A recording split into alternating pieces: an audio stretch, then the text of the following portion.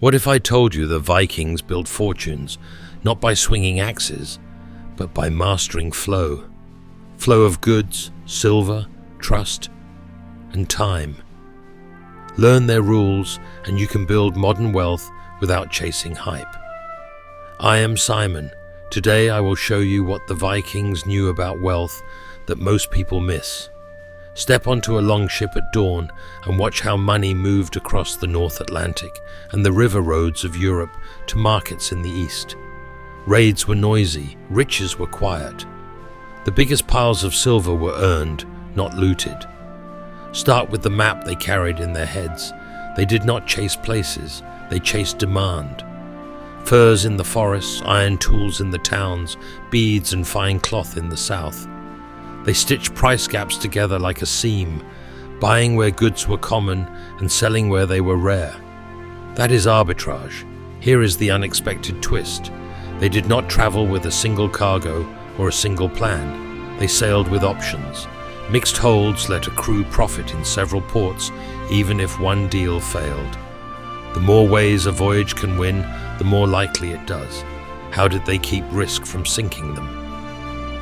Partnerships. A longship was a profit pool. When storms hit, losses were shared across many pockets instead of one. When a voyage paid, the winnings were divided by contract had a thing, the public assembly. Shared risk bought survival. Shared profit bought loyalty. Trust was their real currency. Coins came and went, but reputation stayed aboard. Crews carried portable scales and standard weights. Sellers watched the needle settle before a deal closed. If a trader shaved silver or lied about weight, he was marked and frozen out of future voyages. Reputation was collateral. Speed mattered. The Vikings measured the year by seasonal windows. Miss the wind and you miss the profit. So they built for turn time, not comfort. Light, fast hulls and crews who could portage boats across land to cut days from a journey. Cycle time beats headline margin. Small wins that return fast can outrun a single big score that never lands. Where did the silver come from? Follow the rivers. Longships climbed the Dnieper and the Volga to reach markets linked to great cities of the East. Silver dirhams poured north. Much of it came home as hack silver, cut pieces ready to weigh and pay. That habit hides a rule. Keep part of your wealth liquid and divisible so it can move through narrow moments without breaking the deal. Another insight sits in the hoards under farm fields. Those stashes were not random. They were insurance. Crews left caches along routes and near winter camps, so one loss did not end a trading career. In modern terms, spread reserves.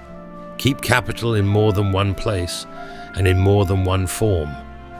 The Vikings also priced risk with clarity. Dangerous legs earned higher expected return. Safer runs smoothed the year.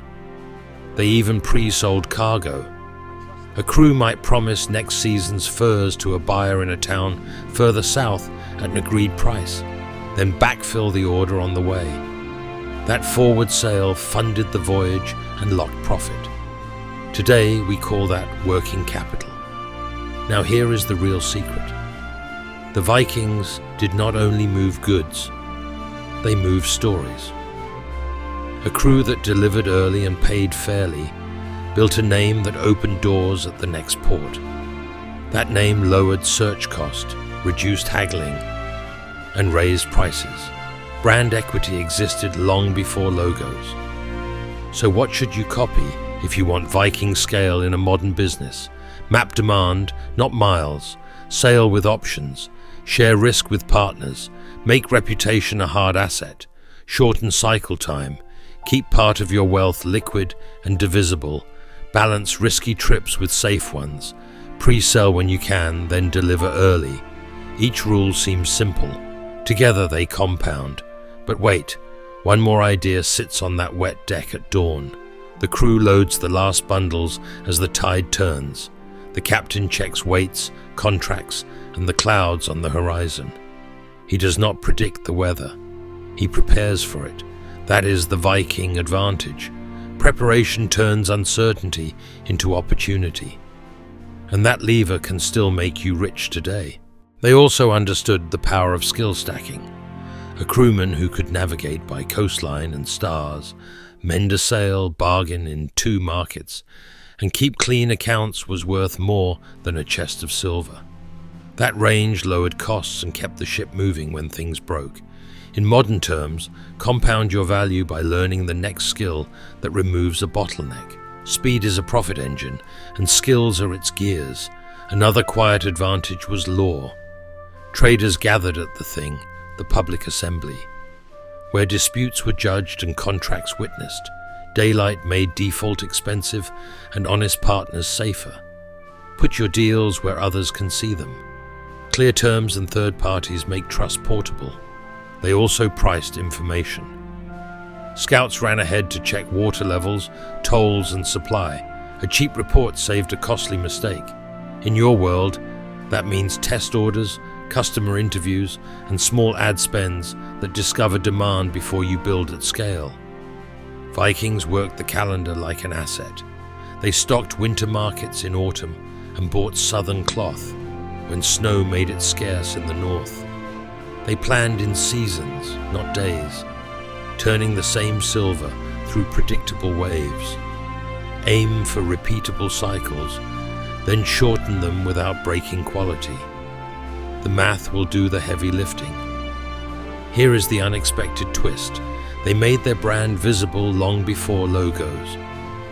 Shields painted in house colors identified a ship from far away.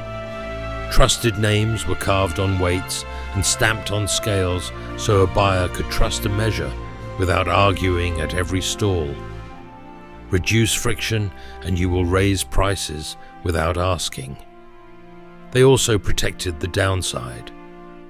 A captain accepted a smaller margin if the route was reliable, the port friendly, or the return leg already funded by pre-sold cargo. Upside is optional, survival is not. That discipline kept them in the game, while bolder rivals vanished after one unlucky storm.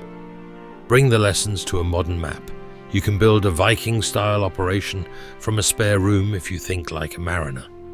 Map one demand gap you understand. Source goods or services where they are common. Move them where they are rare. Pre-sell what you can.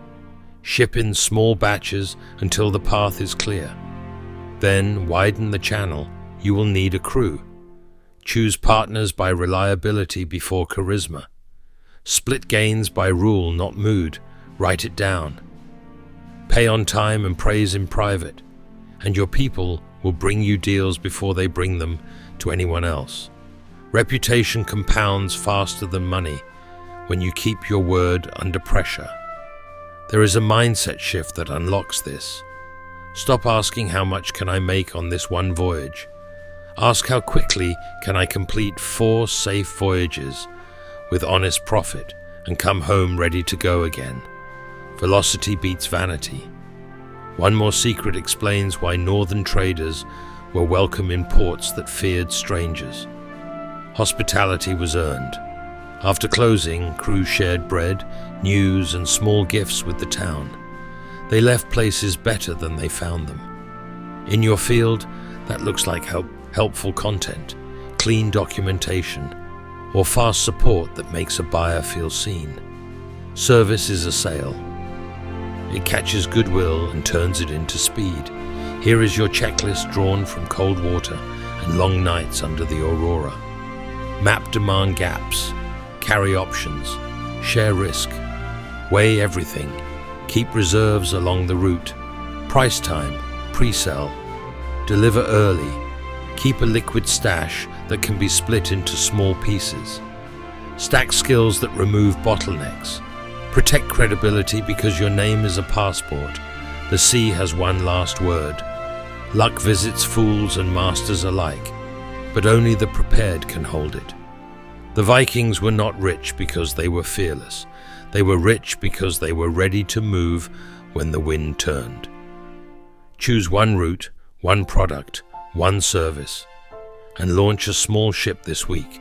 Let the market teach you the next step, then sail again, faster, and you will begin to feel what the Vikings knew about wealth long before banks or spreadsheets existed.